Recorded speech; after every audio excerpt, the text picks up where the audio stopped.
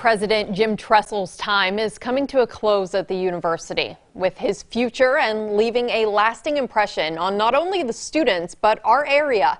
Let's go in depth with Community Affairs Director Dee Crawford. Welcome to today's conversation with President Jim Tressel. We started with the T's yesterday. Let's talk about the legacy, and I know that's going to take an in-depth conversation.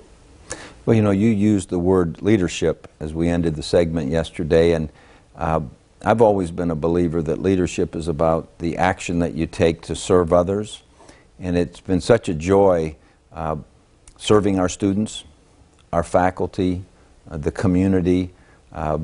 This Thanksgiving week, you know, I thought often about how blessed I've been and how grateful I've been to have these opportunities to serve others, and I couldn't have dreamed of a more meaningful place to do it.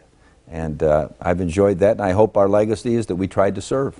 One of the things I remember, both as being a board member and president of the board, was the dedication that you had that Youngstown State University needed a campus. It needed that opportunity and experience for students to come onto a campus, have the opportunity to exchange with other students that they may not otherwise have, learn from those other students, and also to understand a community and be a part of that community. Did I miss the boat? No, you didn't. And you remember the first thing I did when I came in was I got my group of presidential mentors and I asked them, what do you think we could do to be better? And the first thing they said is, we want to be proud of the place physically, so let's fix the streets. Let's get some apartments that will be fun to live in. You know, let's make it a community so that we can spend time together, yes, in the classroom, but outside of the classroom. And it's been fun watching that develop.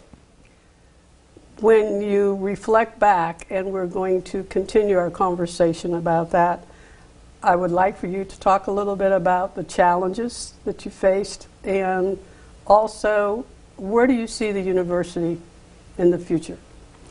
I'm Dee Crawford, Community Affairs, WKBN.